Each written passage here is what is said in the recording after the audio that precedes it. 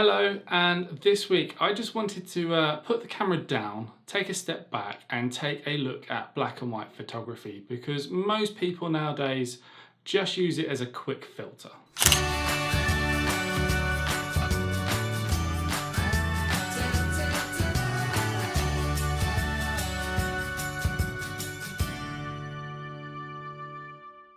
Now, good black and white photography is a skill and it is hard to master, but in my opinion, it's still some of the best photography out there. So unlike normal photography, there's a lot less distractions. You're not looking at the color of their clothes or the color of their hair, but you are suddenly fixated on the contrast of light and shadow, the expression on someone's face, the textures, the lines going through the photo. And this all helps to pull the viewer in so they can just see a little bit further, a little bit deeper into the picture. So let's look at some examples of this by looking at lighting and shadow. Now, when you don't have colour or things like the golden hour to rely on, you start playing and spotting the contrast of lights and shadows around you. And it helps to create and give you something colour and temperature takes away.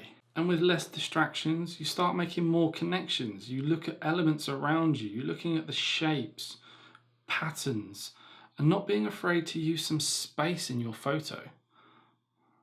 And I find as a viewer, when I have less distractions and I'm looking at a photo, I connect with it even more. You spot and notice things you wouldn't normally. Your empathy for the person is stronger if it's in their eyes and their body language, if they're happy, angry, sad, or united.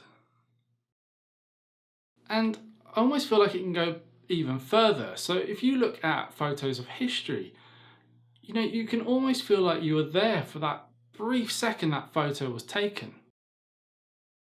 If you're just looking at key figures of our past or the history in someone's face, and this doesn't just apply to the people, you can see this in buildings or moments in history that broke the world and we just can't forget. And most importantly with black and white photos is they seem to be timeless. Yes, the subject might date, but for some reason they still just kind of fit in our modern world. So when you're out taking some photos, maybe start with the intention of taking a black and white photo rather than an afterthought and a filter. And this might just create something timeless. If you're still here, thank you for listening to my thoughts. I haven't really even started scratching the surface of black and white photography, but I will do some future follow-up videos. But for now, keep safe and I will see you next week. If you have a photography question you would like answered in a future video, go leave me a suggestion in the comments.